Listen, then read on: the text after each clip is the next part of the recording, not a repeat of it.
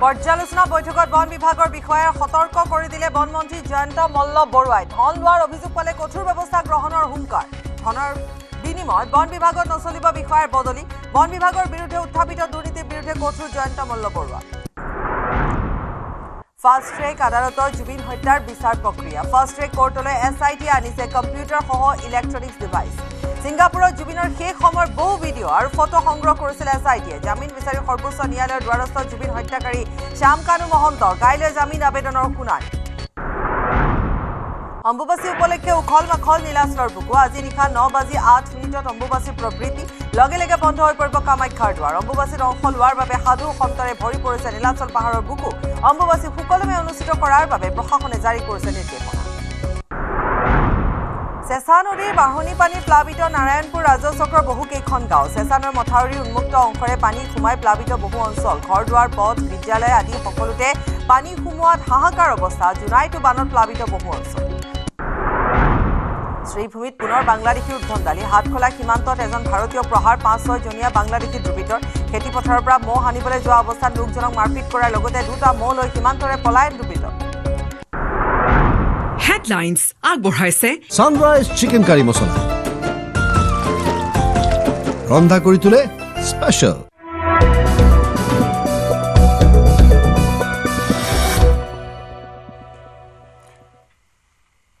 নমস্কাৰ গাঁও চহৰ জিলাৰ খবৰৰ সৈতে ষ্টুডিঅ'ত মই পাপৰি আৰু ব্ৰেকিং নিউজ ব্ৰিটেইনৰ প্ৰধানমন্ত্ৰী পদত্যাগ প্ৰধানমন্ত্ৰী পদ এৰিলে কেৰ ষ্টামাৰে ব্ৰিটেইনত 10 বছৰত 6জন প্ৰধানমন্ত্ৰী পদত্যাগ দলৰ মাজত থকা ক্ষোভ আৰু অসন্তুষ্টিৰ বাবে পদত্যাগ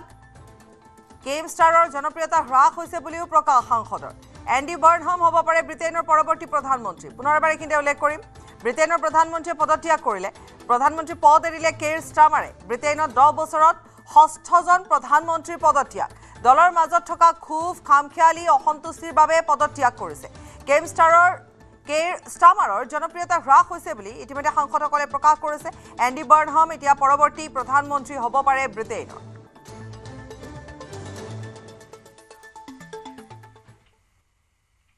বন বিভাগৰ বিষয়াক সতৰ্ক কৰি দিলে বনমন্ত্ৰীয়ে ধনৰ বিনিময়ত বন বিভাগত নচলিব বদলি অভিযোগ পালে ব্যৱস্থা গ্ৰহণৰ হুংকাৰ বনমন্ত্ৰী জয়ন্ত মল্ল বৰুৱাৰ এতিয়াৰ পৰা ধনৰ বিনিময়ত বদলি প্ৰক্ৰিয়াত ফুল ষ্টপ লাগিল পৰিৱেশ আৰু বন বিভাগৰ পৰ্যালোচনা বৈঠকত সাৱধান বাণী মন্ত্ৰী জয়ন্ত মল্ল বৰুৱাৰ 3 বছৰ একে ঠাইতে থকা সকলে বেলেগ ঠাইলৈ যাবলৈ সাজু হওক ধনৰ বিনিময়ত বন বিভাগত নচলিব বিষয়াৰ বদলি অভিযোগ পালে ব্যৱস্থা গ্ৰহণৰ হুংকাৰ বনমন্ত্ৰী জয়ন্ত মল্ল বৰুৱা এতিয়াৰ পৰা ধনৰ বিনিময়ত বদলি প্ৰক্ৰিয়াত ফুল ষ্টপ লগোৱা হৈছে 20 লাখ 30 লাখ ধনৰ বিনিময়ত বদলি প্ৰক্ৰিয়া নচলিব এতিয়া বন বিভাগত পৰিৱেশ আৰু বন বিভাগৰ পৰ্যালোচনা বৈঠকত সাৱধান বাণী মন্ত্ৰী জয়ন্ত মল্ল বৰুৱাৰ গতিকে ভাল জেগাত পোষ্টিং লবৰ কাৰণে মানে ইয়াত 20 লাখ তাত 30 লাখ অমুক ডিভিজনত 50 লাখ দি আহিব লাগে অমুকত 30 লাখ দি আহিব লাগে এই যিটো ব্যৱস্থা এই ব্যৱস্থাটো মন্ত্ৰী হিচাপে মই দায়িত্ব লোৱাৰ পিছত এই ব্যৱস্থাটোৰ সম্পূৰ্ণ ফুল ষ্টপ লাগিল বুলি ধৰিলো আপোনালোকে যোনে মই শুনিম যে কোনোবাই ট্ৰেন্সফাৰ পোষ্টিঙৰ নামত কাৰোবাৰ ওচৰত গৈছে তেওঁ জীৱনত ভাল পোষ্টিং নাপায় এনেকুৱা পোষ্টিং পাব যে তেওঁ আৰু তেওঁৰ এছিয়াৰখন বেয়া কৰা কামটো মোৰ থাকিব তেওঁৰ এছিয়াৰখন কিমান বেয়া কৰিব লাগে সেই কামটো মই কৰি থাকিম গতিকে আজিৰ পৰা এটা কথা ক্লিয়াৰ হৈ যাওক কাৰণ আমাৰ লগতো কিছুমান মানুহ থাকে সেই মানুহবিলাকক ক'ব ছাৰক মই কৈ দিম দাদাৰ লগত মোৰ ভাল আমাৰ সতীৰ্থও থাকিব কোনো মানুহক আপোনালোকে কোনো কাৰণত ট্ৰেন্সফাৰ পোষ্টিঙৰ কাৰণে কতই লগ নকৰিব আৰু আপোনালোকৰ তলৰ একেবাৰে ফৰেষ্টাৰজনলৈকে ফৰেষ্ট গাৰ্ডজনলৈকে এই মেছেজটো দি দিব যে মই বিভাগত মন্ত্ৰী হৈ থকালৈকে কোনো ট্ৰেন্সফাৰ পোষ্টিঙৰ নামত 1 টকাৰো দুৰ্নীতি হ'ব নোৱাৰে এটা একদম স্পষ্ট কোনোবাই যদি আপোনালোকক কয় আপোনালোকক মোৰ প্ৰাইভেট নাম্বাৰ আছে মোৰ হোৱাটছআপ নাম্বাৰ আছে হোৱাটছআপ নম্বৰত মাত্ৰ মেছেজ দিব যে মোক আপোনাৰ হৈ অমুক মানুহজনে মোক ট্ৰেন্সফাৰৰ নামত পইচা বিচাৰিছে পোষ্টিঙৰ নামত পইচা বিচাৰিছে আপোনালোকৰ এইটো সম্পূৰ্ণ ৰাইট আছে আপোনালোকে একদম ফৰেষ্ট গাৰ্ডজনৰ পৰা ফৰেষ্ট বেটেলিয়নটোলৈকে কৈ দিব যে একদম যে আপোনালোকৰ কৰবাত যদি ফৰেষ্টাৰ লয় একদম বেটেলিয়নটোলৈকে গাৰ্ডজনলৈকে কৈ দিব যে আমাৰ ডিপাৰ্টমেণ্টত কোনো ধৰণৰ ট্ৰেন্সফাৰ পোষ্টিঙৰ নামত 1 টকাৰো যাতে কতো দুৰ্নীতি নহয় কাৰণ ফৰেষ্ট ডিপাৰ্টমেণ্টৰ প্ৰথম দুৰ্নীতি আৰম্ভ হয় ওপৰৰ পৰা মাছ যেনেকে মূৰৰ পৰা গেলে তেনেকে প্ৰথম ওপৰৰ পৰাই গেলে গতিকে আপোনালোকক যদি মই ট্ৰেন্সফাৰ পোষ্টিং বা মোৰ অফিচটোৱে মোৰ বিষয়ে যদি ট্ৰেন্সফাৰ পোষ্টিঙৰ নামত টকা পইচা লোৱা আৰম্ভ কৰে আপোনালোকক সেই টকা পইচাটো উঠাবই নহয় কৰবাত গতিকে আপোনালোকক প্ৰথম আমাৰ পৰাই গলিব সেইকাৰণে মই আমাৰ ডিপাৰ্টমেণ্টৰ প্ৰথম দোষটো কৈছো যে মোৰ কাৰ্যালয় কাৰণ ট্ৰেন্সফাৰ পোষ্টিঙৰ অথৰিটি চৰকাৰ মানে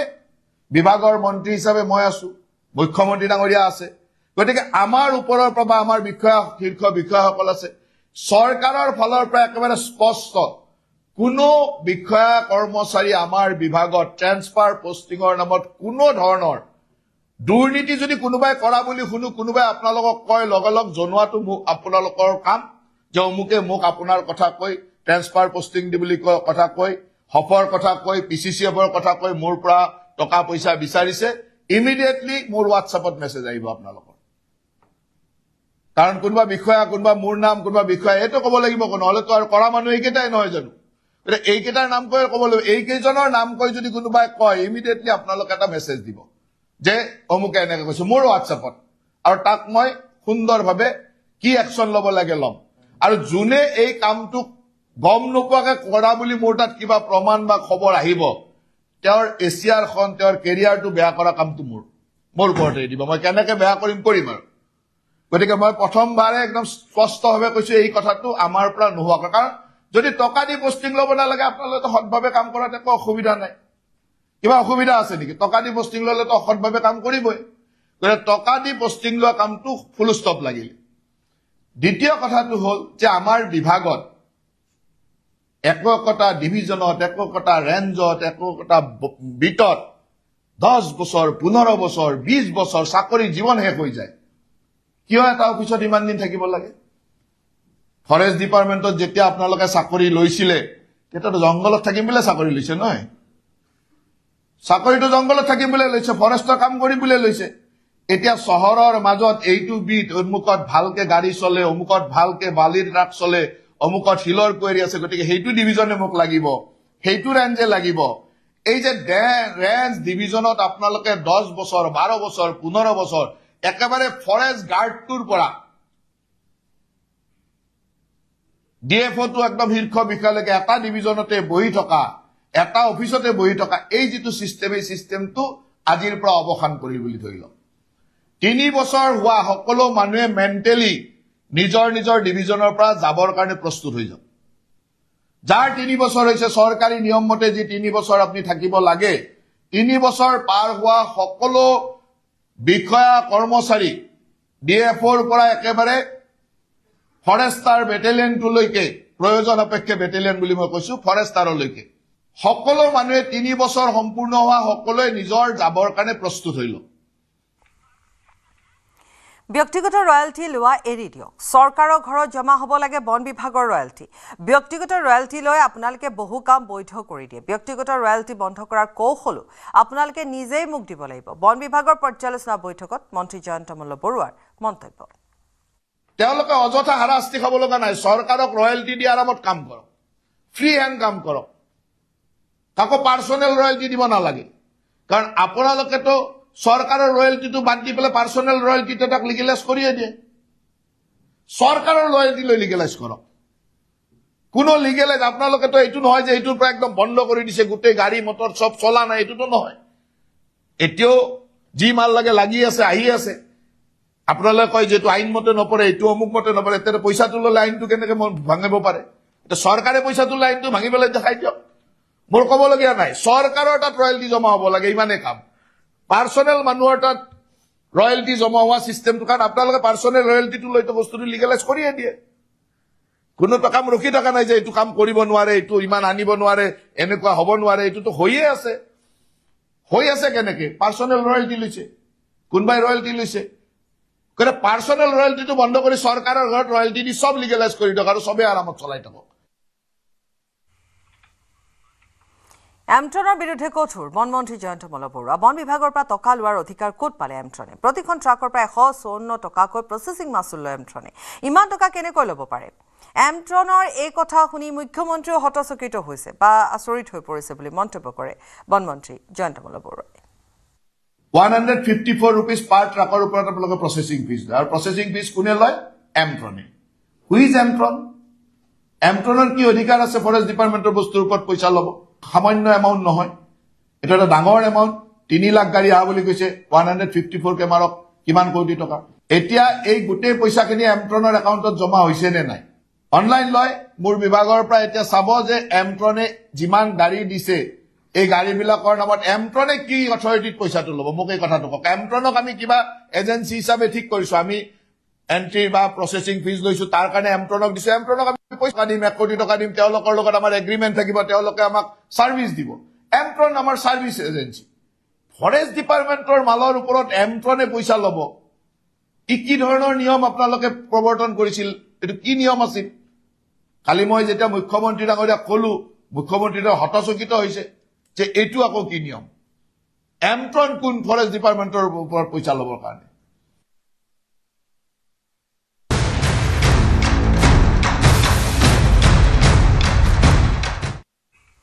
ফাষ্ট ট্ৰেক আদালতৰ জুবিন গাৰ্গ হত্যাৰ বিচাৰ চলিছে সাক্ষ্য গ্ৰহণৰ বাবে কম্পিউটাৰ সহ ডিভাইচ আনিছে এতিয়া এছআইটিয়ে অভিযোগনামা দাখিল কৰা মূল ডিজিটেল তথ্য আছে ডিভাইচত আছে অভিযোগনামাত থকা ভিডিঅ' ফটোৰ অৰিজিনেল ডেটা আদালতত বহু গুৰুত্বপূৰ্ণ ভিডিঅ' ফটো মুকলি হোৱাৰ সম্ভাৱনা ডিজিটেল প্ৰমাণ পৰীক্ষাৰ বাবে অনা হৈছে ডিভাইচসমূহ আৰু আজিৰ দিনটোত সাক্ষ্য গ্ৰহণৰ বাবে সাক্ষ্য দিবৰ বাবে অভিনেতা ৰবি শৰ্মাও আহি পাইছে কিন্তু তাৰ মাজতে এইটো এটা উল্লেখনীয় দিশ এইবাবে কাৰণ অধিবক্তাই এই কথাখিনি উলিয়াইছিলে বা তথ্য প্ৰমাণ ফটো ভিডিঅ' এই কথাখিনি যোৱাটো সাক্ষ্য গ্ৰহণৰ সময়ত ওলাইছিলে গতিকে এতিয়া এছআইটিয়ে আনিছে কম্পিউটাৰ সহ ডিভাইচ আনিছে অভিযোগনামাত দাখিল কৰা মূল ডিজিটেল তথ্য ডিভাইচত আছে গতিকে অভিযোগনামাত থকা ভিডিঅ' ফটোৰ অৰিজিনেল ডাটা আছে সেয়া লৈ অহা হৈছে উচ্চ ন্যায়ালয়ত বাৰে বাৰে মুখ ঠেকেচা খোৱাৰ পিছত এইবাৰ সৰ্বোচ্চ ন্যায়ালয়ৰ দ্বাৰস্থ জুবিন হত্যাকাৰী শ্যামকানু মহন্ত 23 জুনত উচ্চতম ন্যায়ালয়ত জামিন আবেদনৰ শুনানি হ'ব গতিকে ফাষ্ট ট্ৰেক আদালতত চলি থকা জুবিন গাৰ্গৰ যি ন্যায় প্ৰক্ৰিয়া বা আটাইখিনি ফাষ্ট ট্ৰেক আদালতত বৰ্তমান চলি আছে গতিকে এই আটাইখিনি সামৰি আমাক জনাব বিৰিঞ্চি আছে আমাৰ সৈতে সংযুক্ত হৈ বিৰিঞ্চি নিশ্চয় পাপৰি যে আচলতে জুবিন গাৰ্গৰ হত্যাৰ গোচৰটোক লৈ আচলতে এই মুহূৰ্তত বিভিন্ন ধৰণৰ আপডেট এই মুহূৰ্তলৈকে আহি আছে আৰু শেহতীয়াকৈ যিটো আপডেট আহিছে যে কালিলৈ দিনটোত গুৱাহাটী উচ্চ ন্যায়ালয়ৰ যি মিতালী ঠাকুৰীয়াৰ ন্যায়াধীশ মিতালী ঠাকুৰীয়া আদালতত সন্দীপন গাৰ্গ আৰু সিদ্ধাৰ্থ শৰ্মাৰ যি আধৰুৱা হৈছিল শুনানি সেয়া কাইলৈ পুনৰ জামিন আবেদনৰ শুনানি হ'ব আৰু কাইলৈ দিনটোতে আচলতে মঙলবাৰৰ দিনটোতে শ্যামকানু মহন্তৰ উচ্চতম ন্যায়ালয়ত যি তেওঁ জামিন আবেদনৰ কাৰণে জামিন আবেদন কৰিছিল সেই আবেদনৰো শুনানি গ্ৰহণ কৰিব উচ্চতম ন্যায়ালয়ত আৰু দেখা পোৱা গৈছে আজিৰ দিনটো যিহেতু অত্যন্ত এটা গুৰুত্বপূৰ্ণ দিন কিয়নো অমিতপ্ৰভা মহন্তৰ অধিবক্তাই বিচাৰিছিল যে যিখিনি ডিজিটেল এভিডেন্স এছআইটি হাতত আছে বুলি কোৱা হৈছিল সেই সকলোখিনি এভিডেন্স আদালতৰ মজিয়াত তেওঁলোকে চাব বিচাৰিছিল আৰু সেই আবেদনৰ ভিত্তিত বা সেই যিটো তেওঁলোকে বিচাৰিছিল সেই আবেদনৰ ভিত্তিত শৰ্মিলা ভূঞাৰ যি ফাষ্ট ট্ৰেক আদালত আছে তেওঁলোকে নিৰ্দেশ দিছিল এছআইটিক যে এসপ্তাহৰ ভিতৰত যাৱতীয় যিখিনি ভিডিঅ' ফুটেজকে আদি কৰি যিমান ডিজিটেল এভিডেন্স আছে সকলোখিনি আদালতত হাজিৰ কৰিব লাগে বা সেইখিনি তাত দেখুৱাব লাগে বুলি কোৱা হৈছিল গতিকে আজিৰ দিনটোত সেই সকলোখিনি ডিজিটেল যিখিনি ডিভাইচ শেষ সময়ৰ জুবিন গাৰ্গৰ মৃত্যুৰ শেষ সময়ৰ যিখিনি ভিডিঅ' বা একাংশ লোকে সেইখিনি সময়তে শ্যামকানু মহন্ত অমিতপ্ৰভা মহন্তকে ধৰি কেইবাগৰাকীও অভিযুক্তই আচলতে তেওঁলোকৰ মোবাইলৰ পৰা লেপটপৰ পৰা সেইসমূহ মুচি দিছিল সেইখিনি কিন্তু এছআইটিৰ যি টেকনিকেল যিসকল অপাৰেটৰ আছে তেওঁলোকে বহু কষ্টৰ মূৰত সেইখিনি তেওঁলোকে উদ্ধাৰ কৰিছিল আৰু সেইখিনিও তেওঁলোকে তাত সংযোগ কৰি দিছে যে জুবিন গাৰ্গৰ শেষৰ সময়ৰ যিখিনি ফটো ভিজুৱেল প্ৰকৃততে কি হৈছিল জুবিন গাৰ্গৰ লগত থকা সকলে কেনেধৰণে তেওঁক অৱহেলা কৰিছিল পানীত পৰি থকাৰ পাছতো কিমান সময়লৈকে আচলতে কোনো নামি যোৱা নাছিল সকলোৱে যে কেৱল হাঁহি খিকিন্দালি কৰি আছিল সেই সকলোখিনি তথ্য সম্বলিত যিখিনি ভিডিঅ' ফুটেজ বা ফটো সকলোখিনি আচলতে আজি আদালতৰ মজিয়াত দাখিল কৰিছে আৰু সেইখিনি ভিতৰতো আচলতে কিছু তেওঁলোকে যি জামিন আবেদন আচলতে বিচাৰিছে সেইখিনিত যথেষ্ট পৰিমাণৰ এভিডেন্স হ'ব যে জুবিন গাৰ্গক যে তেওঁলোকে সঁচাকেই যে সেই মুহূৰ্তত অৱহেলা কৰিছিল এগৰাকী শিল্পীক কেনেধৰণে তেওঁলোকে ইয়াৰ পৰা ইমান দূৰ বাট লৈ যাওঁ ছিংগাপুৰৰ সাগৰত যে তেওঁলোকে মেলি দিছিল তেওঁক বা তাৰ পাছত তেওঁলোকক উদ্ধাৰৰ কাৰণে কোনো যে হাত এখন মেলি নিদিলে সেই কথাখিনি আদালতৰ মজিয়াত স্পষ্ট হ'ব আৰু তাৰ পাছত হয়তো যি কেইগৰাকী অভিযুক্তৰ জামিন আবেদন ইতিমধ্যে হৈ আছে সেই আবেদনসমূহক লৈ শুনানি খুব সোনকালে যে হ'ব সেই কথাটো নিশ্চিত। ধন্যবাদ বীৰেন সিং।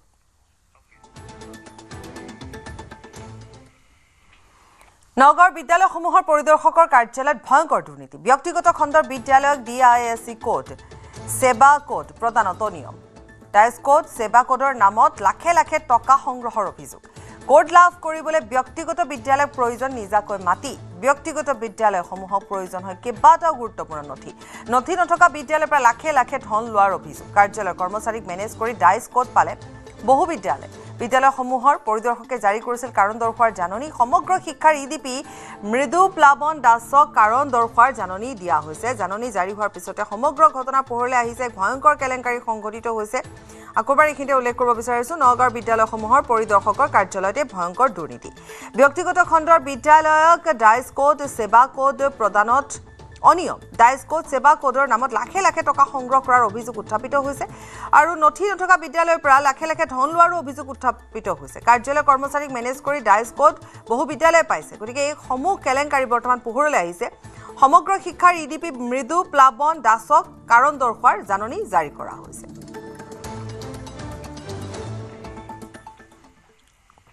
অৰুণাচল প্ৰদেশত হোৱা নেৰানেপেৰা বৰষুণৰ ফলত চেঁচা নদীৰ বাঢ়নি পানীয়ে নাৰায়ণপুৰ ৰাজচক্ৰৰ অন্তৰ্গত বহুকেইখন গাঁও প্লাবিত কৰিছে। চেঁচা নৈৰ মথাউৰি উন্মুক্ত অংশৰে পানী বাগৰি অহাত কেইবাখনো গাঁও প্লাবিত হৈছে। ইফালে অসমমালা আঁচনিত নিৰ্মাণৰত হাৱাজান শিমলুগুৰি সংযোগী পথটোৰ কেইবাটাও অংশ পানীৰ ছিগি নিয়াৰ ফলত চৌদিশে হাহাকাৰময় পৰিৱেশৰ সৃষ্টি হৈছে। বানপানীৰ ফলত অঞ্চলটোৰ যাতায়াত ব্যাহত হৈ পৰিছে। ঘৰ দুৱাৰ, পথ, বিদ্যালয় আদি সকলোতে পানী সোমোৱাৰ বাবে হাহাকাৰ অৱস্থাৰ সৃষ্টি হৈছে।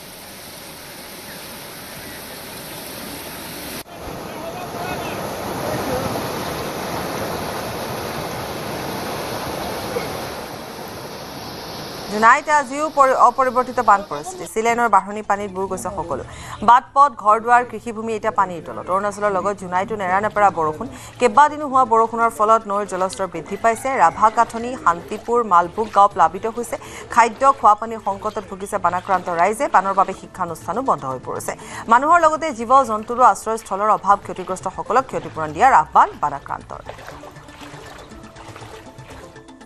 5 দিন মানে হ'ল নেকি? সমস্যা হৈছে গৰুৰ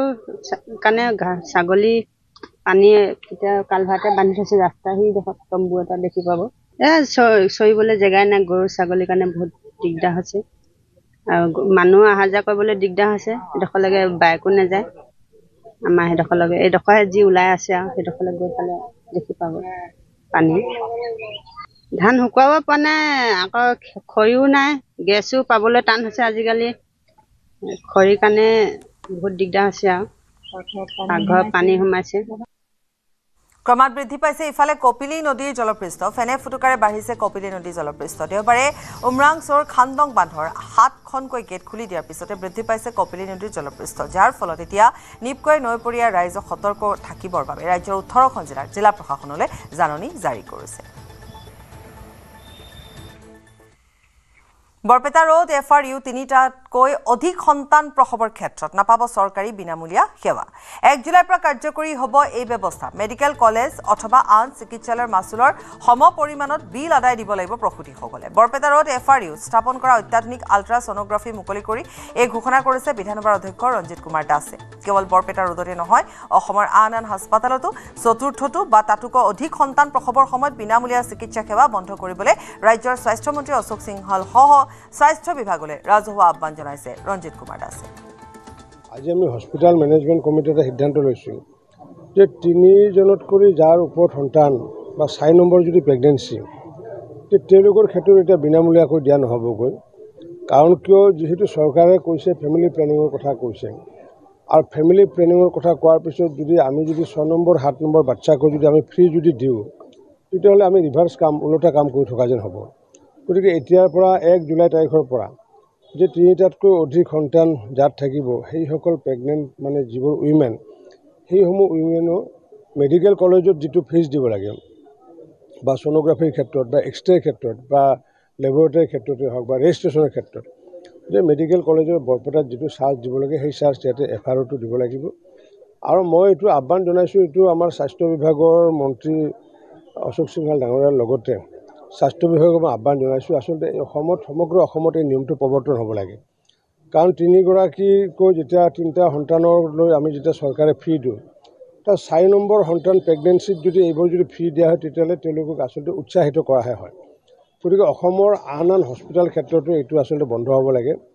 3 নম্বৰৰ ওপৰত যিবোৰ সন্তান থাকে সন্তানৰ কাৰণে যিবোৰ আহে চিকিৎসালয়ত তেওঁলোকৰ পৰা চৰকাৰে যিটো ন্যূনতম ফিজ যিটো লোৱা হয় মেডিকেল কলেজবিলাকত সেইটোৰ আধাৰতে তেওঁলোকৰ বিভিন্ন টেষ্ট পৰীক্ষাতে হওক বা সোনোগ্ৰাফিতে হওক বা এক্সৰেতে হওক বা ৰেজিষ্ট্ৰেশ্যন ফিজতে হওক সেই টকাটো তেওঁলোকৰ পৰা লোৱাটো বাঞ্ছনীয় বুলি মই ভাবোঁ আমি পৰিচালনা সমিতি আজি আমি সিদ্ধান্ত লৈ 1 জুলাইৰ পৰা কৈছোঁ অসমৰ অন্য প্ৰান্তত কি কৰে নকৰে এইটো স্বাস্থ্য বিভাগৰ কথা তথাপি মই অশোক সিংহল ডাঙৰীয়াক এইটো কথা মুকলিভাৱে আজি আহ্বান জনাইছোঁ আজি অম্বুবাচী প্ৰবৃত্তি নিশা 9:08:42 অম্বুবাচী প্ৰবৃত্তিৰ লগে লগে ভক্তৰ বাবে বন্ধ হৈ পৰিব কামাখ্যা ধামৰ দুৱাৰ 25 জুনৰ নিশা 12:02:13 হ'ব অম্বুবাচীৰ নিবৃত্তি 26 জুনত অম্বুবাচী নিবৃত্তিৰ পিছতে পুনৰ ভক্তৰ বাবে খুলি দিয়া হ'ব মন্দিৰৰ মূল দুৱাৰ মা কামাখ্যাক দৰ্শন কৰিবলৈ ভিন্ন প্ৰান্তৰ ভক্ত সাধু সন্যাসীৰে ভৰি পৰিছে নীলাচল অম্বুবাচী মেলাক লৈ এতিয়া উখল-মাখল হৈ পৰিছে শক্তিপীঠ কামাখ্যা ধাম আজিৰে পৰা নীলাচল পাহাৰৰ ওপৰলৈ যাব নোৱাৰিব সাধাৰণ যান-বাহন প্ৰশাসনে ব্যৱস্থা কৰা ফেৰী কাৰৰ জৰিয়তে মন্দিৰলৈ যাব পাৰিব সংবাদ মাধ্যম আৰু প্ৰশাসনৰ লোক সোণাৰাম হাইস্কুল খেলপথাৰৰ পৰা কৰা হৈছে ফেৰী কাৰৰ ব্যৱস্থা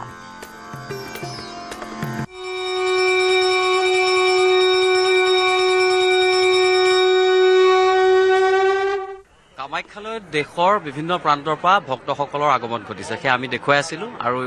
কেৱল দেশৰ ভিতৰতে নহয় বিভিন্ন ফালৰ পৰা বিভিন্ন স্থানৰ পৰা কামাখ্যালৈ ভক্তৰ সোঁত বৈছে পৰ্যটকৰ সোঁত বৈছে আৰু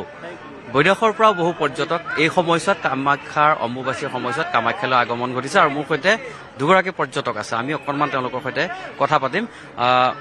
first of all welcome to Assam how is your experience Kamakhya খুব সুন্দৰ লাগছে খুব সুন্দৰ লাগছে Yes. you know Bengali little bit a little bit do you know Assamese I don't know Assamese don't know. no Hindi I know so you're yes, from I'm from Australia you both are from Australia, Australia, yeah. what's your name Yolika. Neolika. Yeah. What's your experience in Kamakya Temple or Assam? Just so many emotions, so much happening, such a great energy. Yeah, it's really special to be here. You have already visited Assam. It's my second day in India. This is second time. Yes. Okay. And then what's your next destination? next we'll be going to Kolkata and then to Varanasi and to Delhi actually it is her first time in India it's only her second day so I've been to India 6 times but she only just arrived yesterday so it's a first impression of India and it's really nice we're really enjoying it today What about your experience in Assam? In Assam it's a most beautiful state so much nature so it's so green the rainforest What is the people of Assam? And the people are beautiful very hospitable and kind some of the best people in India must say Have you ever seen Kaziranga National Park? I haven't been there yet it's very high up on my list of places I want to visit I would like to see the rhinoceros one-horned rhinoceros and the tiger so on my next trip I will plan Next trip? Plan? Next trip possibly in November or December Okay what's your name? Yolika. Eulekha, okay, I forgot. Next where your destination? Where I'm going to go? Yeah. I'm with my brother, so we're both going to go to Kolkata and Varanasi and Delhi. Delhi. Delhi, yeah, and he's showing me around, which is really nice. Okay, thank you so much for your giving your time. এয়া আছিল অষ্ট্ৰেলিয়াৰ ভাতৃভগ্নী তেওঁলোক অসমলৈ আহিছে ভাৰতলৈ ছবাৰ আহিছে এতিয়ালৈকে আৰু বিভিন্ন স্থানত তেওঁলোকে ভ্ৰমণ কৰিছে আৰু এইবাৰো অসমৰ পৰা কলকাতালৈ যাব আৰু অম্বুবাচীৰ সময়ত তেওঁলোকে কামাখ্যা মন্দিৰ দৰ্শন কৰিলে ইয়াৰ পিছত তেওঁলোকে কলকাতা দৰ্শন কৰিব কলকাতাৰ পৰা দিল্লী যাব গতিকে দেশ বিদেশৰ বিভিন্ন প্ৰান্তৰ পৰা পৰ্যটক ইয়ালৈ আহিছে আৰু তেওঁলোকে এনেধৰণে ইয়াৰ যি পৰিৱেশ আধ্যাত্মিক পৰিৱেশ উপভোগ কৰিছে অসমৰ যি প্ৰাকৃতিক সৌন্দৰ্য সেয়া উপভোগ কৰিছে তেওঁলোকে আৰু যথেষ্ট প্ৰশংসা কৰিছে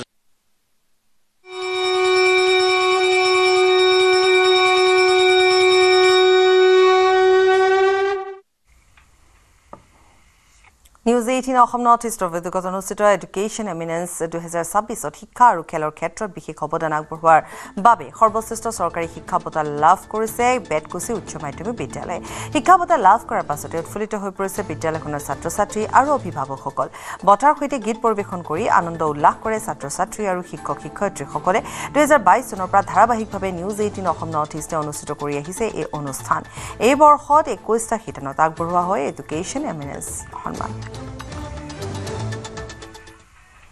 আৰু ইয়াৰে সৈতে বাৰ্তাৰ পৰা বিদায় লৈছো। নমস্কাৰ। अक्कर बक्कर बम्बे बो ঘৰত কোনটো টিএমটি লগাইছে माइथन स्टील আপোনাৰ ওপৰত ট্ৰাষ্ট কৰিব পাৰি ओके ষ্ট্ৰং মানে মাইথান ষ্টীল